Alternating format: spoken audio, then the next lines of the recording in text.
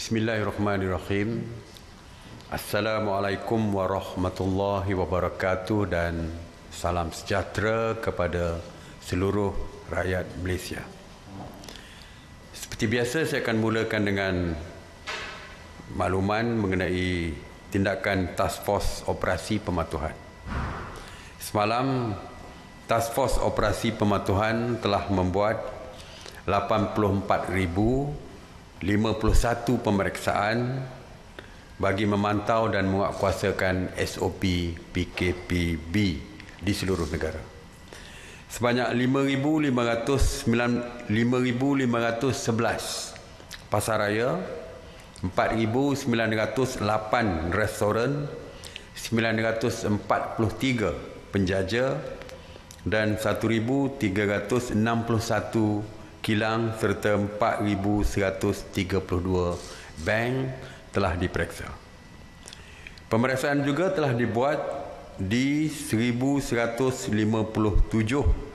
terminal pengangkutan darat, 237 terminal pengangkutan air dan 183 terminal pengangkutan udara.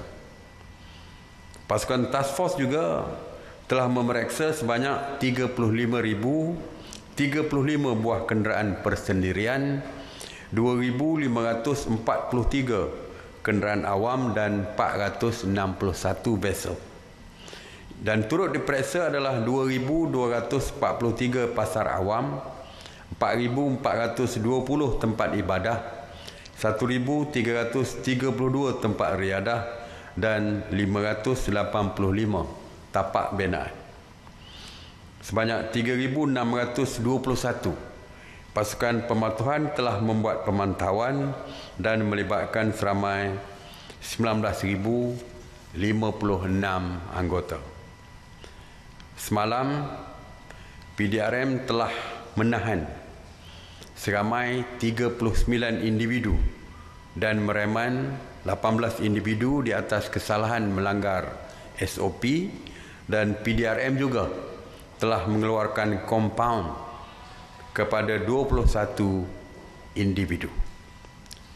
Justru sekali lagi saya ingin ingatkan bahawa supaya semua rakyat mematuhi setiap SOP dan peraturan yang dikeluarkan oleh kerajaan. Kerjasama dan kawalan kendiri daripada tuan-tuan dan puan-puan semua amat penting di dalam kita memerangi COVID-19 ini. PDRM juga semalam telah mengadakan 157 sekatan jalan raya, rentas sempadan negeri di seluruh negara dan memeriksa 216,594 kenderaan. Semalam, sebanyak 1,613 kenderaan telah cuba merentas negeri atas alasan untuk pulang ke kampung dan telah diarahkan berpatah balik oleh PDRM. Dan nampaknya agak berkurangan sikit berbanding dengan hari sebelumnya, iaitu 2,539 pada hari sebelumnya. Semalam 1,613. Jadi ada sedikit kekurangan. Dan negeri yang mencatatkan cubaan rentas negeri untuk pulang ke kampung tertinggi adalah Selangor, 329, diikuti dengan Kedah 211 dan Pulau Pinang 196. Seperti saya katakan bahawa tindakan jika tidak diambil sewaktu mereka pulang, mereka mungkin akan diambil tindakan selepas mereka balik ke bandar ataupun ibu kota tempat mereka bekerja. Mengenai operasi Ops Benteng ataupun operasi untuk kawalan di sempadan, saya ingin maklumkan bahawa operasi untuk kawalan sempadan negara ini berterusan, terutamanya di lorong-lorong tikus, dan kita telah pun memperketatkan Lorong-lorong tikus ini bagi menyekat kemasukan pendatang asing tanpa izin ataupun parti bagi mengekang penularan wabak COVID-19 ini. Dan kita juga telah pun bersetuju dan mengeluarkan arahan kepada agensi-agensi yang menguatkuasakan kawasan sempadan termasuk lorong-lorong tikus ini supaya terus memperketatkan kawalan sempadan ini. Terutamanya yang kebimbangan kita adalah kemasukan selepas tamat sambutan Hari Raya nanti. Apabila tamat Hari Raya, kita takut di kalangan parti daripada negara-negara yang berhampiran kita, mereka akan datang semula. Terutamanya apabila sektor-sektor perkilangan dan sebagainya dibuka apabila Hari Raya, cuti Hari Raya tamat. Jadi kita akan memastikan kawasan sempadan kawalannya diperketatkan. Hasil usaha agensi-agensi penguatkuasa sempadan seperti PDRM, ATM, Agensi Kawalan Sempadan Malaysia, Agensi Penguatkuasa Maritim Malaysia (APMM) dan Jabatan Immigration Malaysia, mereka telah berjaya menangkap 287 parti dan 28 tekong di atas percubaan memasuki negara secara haram. Mereka yang ditahan telah cuba membolosi kawasan sempadan negara di pantai barat Semenanjung, kawasan sempadan utara Malaysia Thailand, kawasan sempadan Sarawak Indonesia dan juga di pantai timur Sabah. Pihak berkuasa juga berjaya mengusir 29 parti dan 3 tekong yang cuba memasuki kawasan sempadan negara. Kerajaan akan terus, seperti yang disebutkan, akan terus memperketatkan kawalan ini. Kerana bukan saja dari segi pencerobohan tersebut, tetapi kebimbangan kita. Mereka akan menjadi penyebar yang akan menularkan COVID-19 di kalangan rakyat kita. Dan memang seperti saya katakan bahawa kawalan sempadan dan tidak membenarkan parti merupakan usaha berterusan yang dilakukan oleh agensi-agensi penguatkuasa sempadan.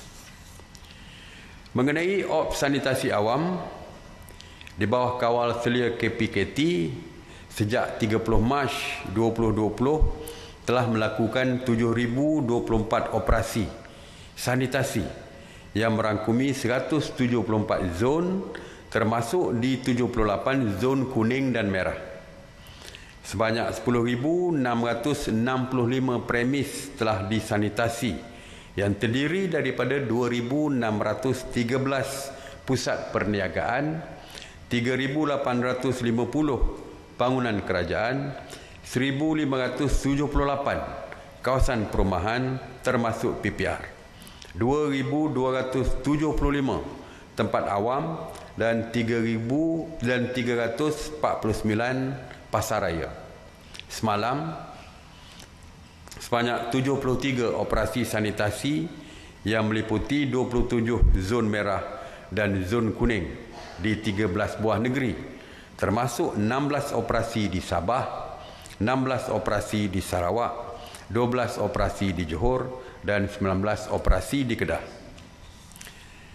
Mengenai pengurusan pusat kuarantin, sehingga jam 8 pagi 23 Mei, sebanyak 271 pusat kuarantin telah beroperasi berbanding dengan 268 pada hari sebelumnya, yang mana 19,262 individu sedang menjalani proses kuarantin wajib.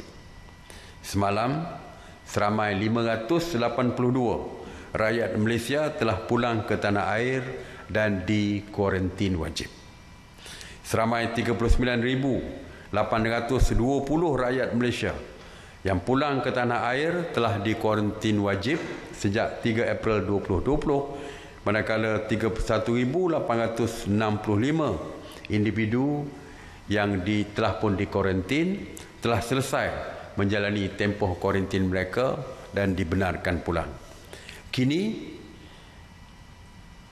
pejabat kedutaan kita di luar negara sedang mendapatkan informasi tentang rakyat kita yang akan pulang ke tanah air. Mereka perlu memaklumkan kepada pejabat-pejabat kedutaan kita di luar negara supaya lebih mudah untuk kita pantau dan juga untuk kita uruskan kemasukan mereka ke negara kita. Kita tahu bahawa cuti musim panas akan bermula Jun nanti sehingga September. Jadi kita tidak tahu seramai mana yang akan pulang ke tanah air. Jadi kita telah pun meminta supaya pihak rakyat kita yang berada di luar negara untuk mendaftar, memaklumkan kepada pejabat-pejabat kedutaan. Ini seperti yang kita lakukan kepada rakyat kita daripada Singapura. Apabila kita hanya membenarkan 400 satu hari daripada Singapura untuk cross merentasi sempadan Singapura ke Johor Bahru, dan mereka perlu mendapatkan permit ataupun kebenaran masuk ke negara kita melalui pejabat kedutaan kita di Singapura, pejabat Pesuruhjaya tinggi kita di Singapura. Jadi lebih mudahlah kita nak manage kepulangan rakyat kita di luar negara ini, daripada luar negara ini. Mengenai pelajar di kampus, apabila saya umumkan bahawa kepulangan mereka penghantaran pulang mereka dihentikan sementara dan akan bermula pula pada 28 hari bulan. Ramai ibu bapa yang WhatsApp saya, pelajar-pelajar yang ada di kampus di sini merayu-rayu dan sebagainya kerana nak pulang juga. Mereka tentu miss hari raya ni. Kalau 28 hari bulan dia kata dah miss tambah 3-4 hari hari raya. Suasana hari raya mungkin dah tak ada lagi. Berbagai-bagai rayuan. Jadi kita mesyuarat pagi tadi membincangkan perkara ini.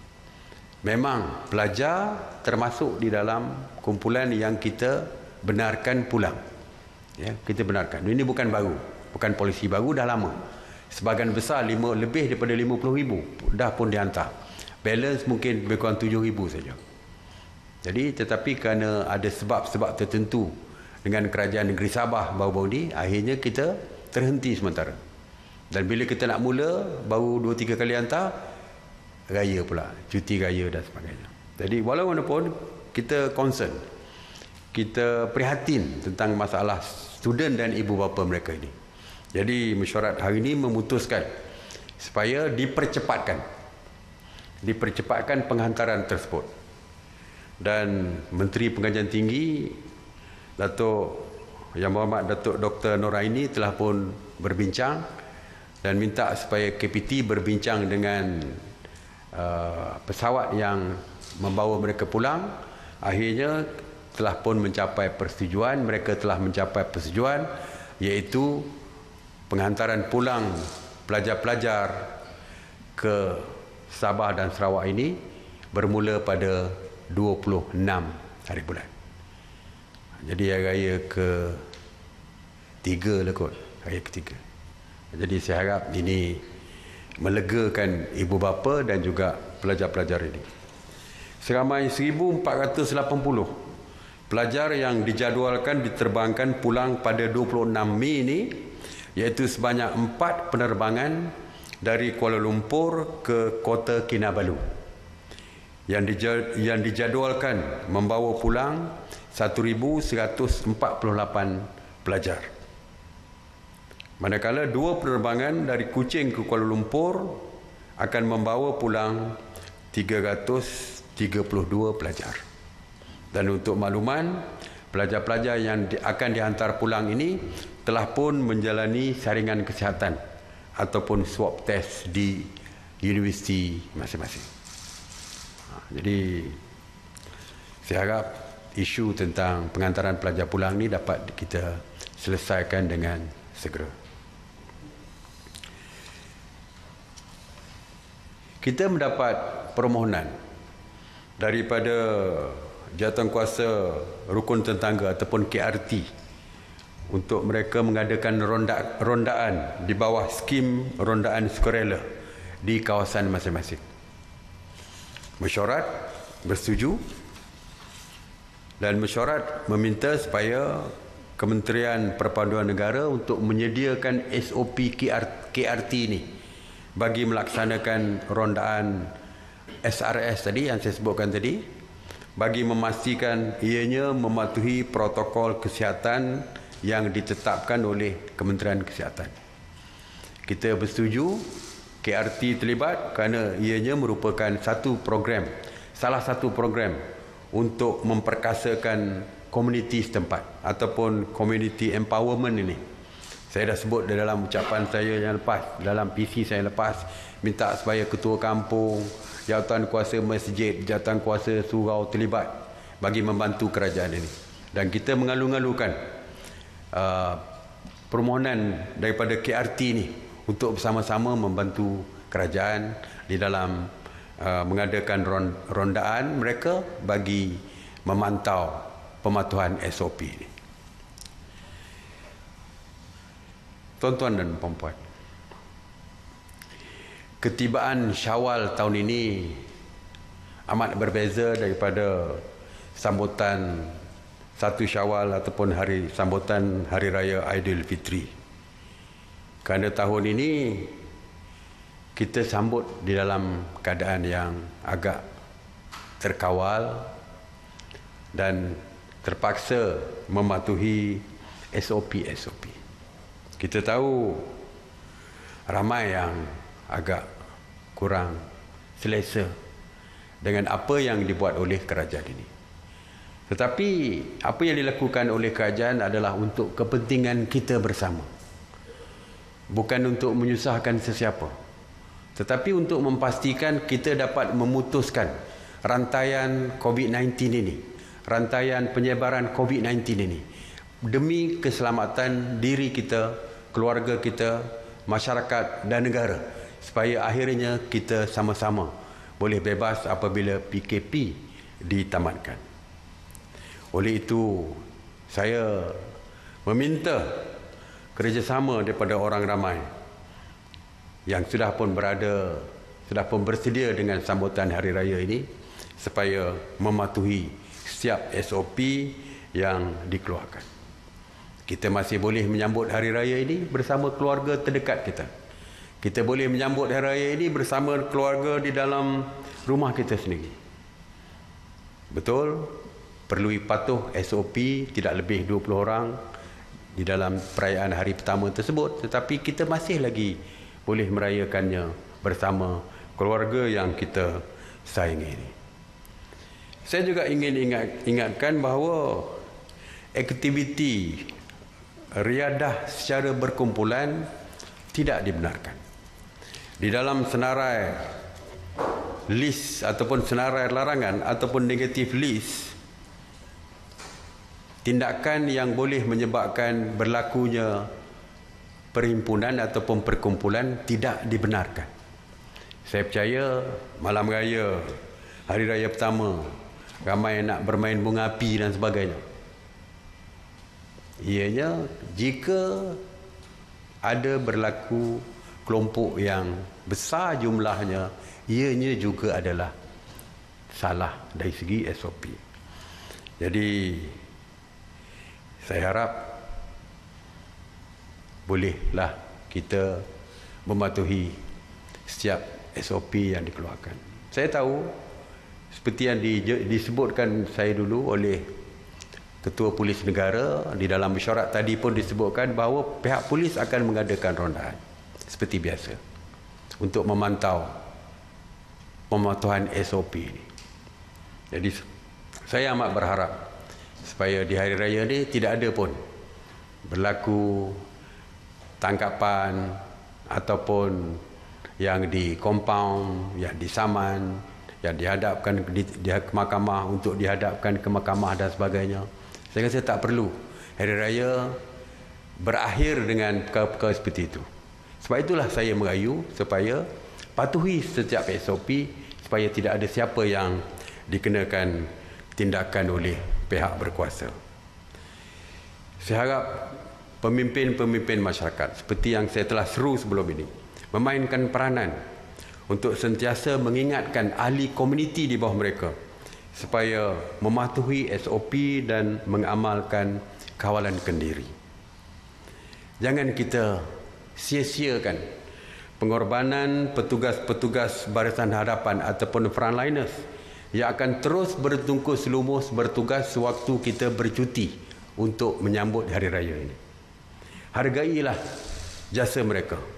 PDRM, ahli ATM, Jabatan Bomba dan Penyelamat, Jabatan Imigresen Malaysia, RELA, APM, APMM, AKSEM, termasuk anggota Kementerian Kesihatan seperti doktor, jururawat dan pekerja-pekerja hospital yang lain yang terus akan bekerja menjaga kita semua, untuk menjaga keselamatan kita semua. Mereka terus bekerja.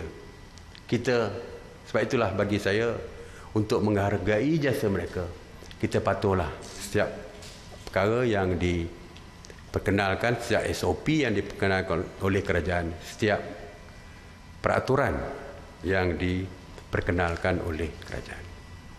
Tuan-tuan dan puan-puan, hari ini hari terakhir bulan Ramadan. Besok, walaupun penyimpan mohon belum umumkan lagi, saya tak mahu mendahului penyimpan mohon. Dah umum? Okey, dah umum. Kalau dah umum, besok kita akan menyambut Hari Raya Aidilfitri. Diam tak diam, sudah 67 hari saya bersama-sama dengan tuan-tuan untuk melaporkan kepada tuan-tuan dan puan-puan mengenai keadaan harian mengenai COVID-19 ini di sidang harian saya. Di dalam saya menyampaikan maklumat terkini sebagai seorang manusia, tentu saja saya tidak terlepas daripada salah dan khilaf. Oleh itu jika ada, saya memohon ampun dan maaf.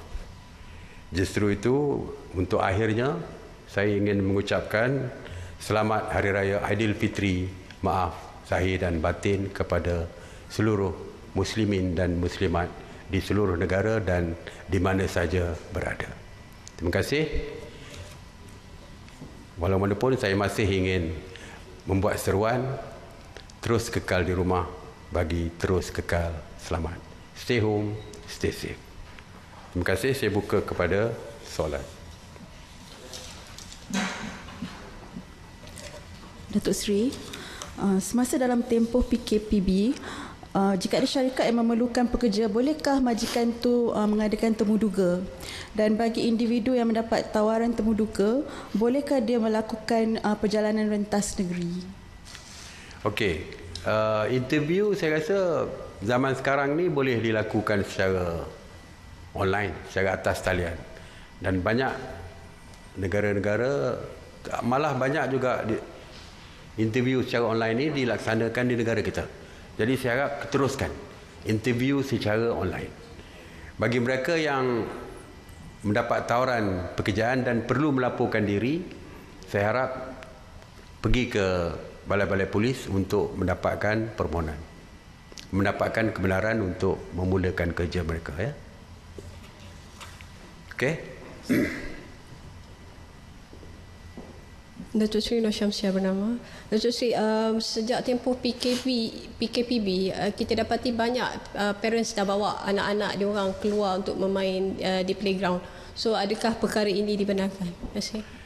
Seperti yang saya katakan, riadah telah pun dibenarkan. Riadah. Tetapi, seperti saya katakan tadi, bahawa sesuatu tindakan yang boleh menyebabkan perkumpulan tidak dibenarkan kerana termasuk di dalam list negatif lagi. Kalau kita bawa anak kita satu orang, dua orang, tidak ramai di situ, perkara itu memang termasuk dalam riadah. Seperti juga saya kata, memancing. Memancing boleh dianggap sebagai riadah.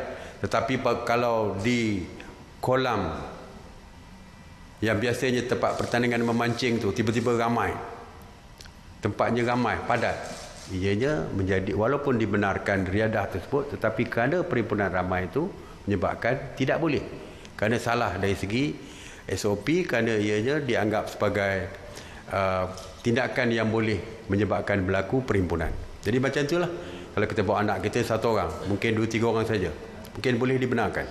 Tetapi kalau dah menyebabkan perkumpulan yang ramai, ianya termasuk di dalam negative list yang menjadikan tindakan itu salah. Jadi ianya bergantung kepada keadaan itu. Tapi kita sebagai ibu bapa perlu sedar bahawa mendedahkan anak di tempat terbuka dengan orang yang ramai boleh menyebabkan berlaku perkara-perkara yang tidak diingini kepada anak-anak kita. Mungkin dari segi social distancing tak mungkin boleh berlaku kalau kanak-kanak bersama mereka. Dan kita mesti ingat, yang membawa anak-anak itu adalah ibu bapa. Ibu bapa kita tidak tahu. Kalau ramai ibu bapa yang hadir bersama membawa anak mereka, kita pun tidak tahu status mereka, sama ada mereka bersih daripada COVID-19 ataupun tidak. Sebab itu kita perlu berhati-hati. Elakkan daripada bertemu di tempat yang ramai. Assalamualaikum Datuk Seri, saya Hafid daripada Bernama. Menerusi rekod yang dikeluarkan Jabatan Penjara sehingga 13 Mei lepas, lebih 20% penghuni penjara yang ditahan di seluruh negara ini kebanyakannya dihuni warga asing atas pelbagai kesalahan. Adakah tahanan dan petugas di Jabatan Penjara seluruh negara juga akan disaring? Soalan kedua saya adalah memandangkan petugas imigresen di Depot Bukit Jalil dan sebenarnya akan disaring dan dikuarantin, siapa yang akan terlibat mengambil alih penugasan di Depot berkenaan? Terima kasih Datuk Seri. Okey, setakat hari ini kita tidak ada laporan positif COVID-19 kepada penghuni penjara. Tidak ada lagi. Ya, tidak ada setakat hari ini. Walaupun mereka terdiri daripada warga asing dan sebagainya. Mungkin mereka itu telah pun dipenjara lebih awal lagi, sebelum ada lagi kes yang melibatkan COVID-19 ini, earlier, much earlier. Jadi tidak ada timbul isu itu lagi setakat hari ini. Mengenai petugas immigration yang menjaga depo, setakat hari ini kita telah pun membuat test, terutamanya di depo Bukit Jalil. Kita telah buat test dan setakat hari ini keseluruhan 114 pegawai dan mereka yang berkaitan dengan yang bertugas di depo tersebut didapati negatif 114. Dan saringan juga sekarang ini sedang dilakukan di depo Semenyih. Jadi setakat ini tidak ada isu lagi. Yang ada di kalangannya positif terpaksa dihantar ke hospital dan sebagainya untuk dirawat, yang memerlukan penggantian dari segi petugas-petugas di situ. Ya, setakat ni okey lagi, tidak ada isu. Alright. Tak ada apa-apa. Terima kasih sekali lagi. Selamat Hari Raya, maaf zahir dan batin. Assalamualaikum warahmatullahi wabarakatuh.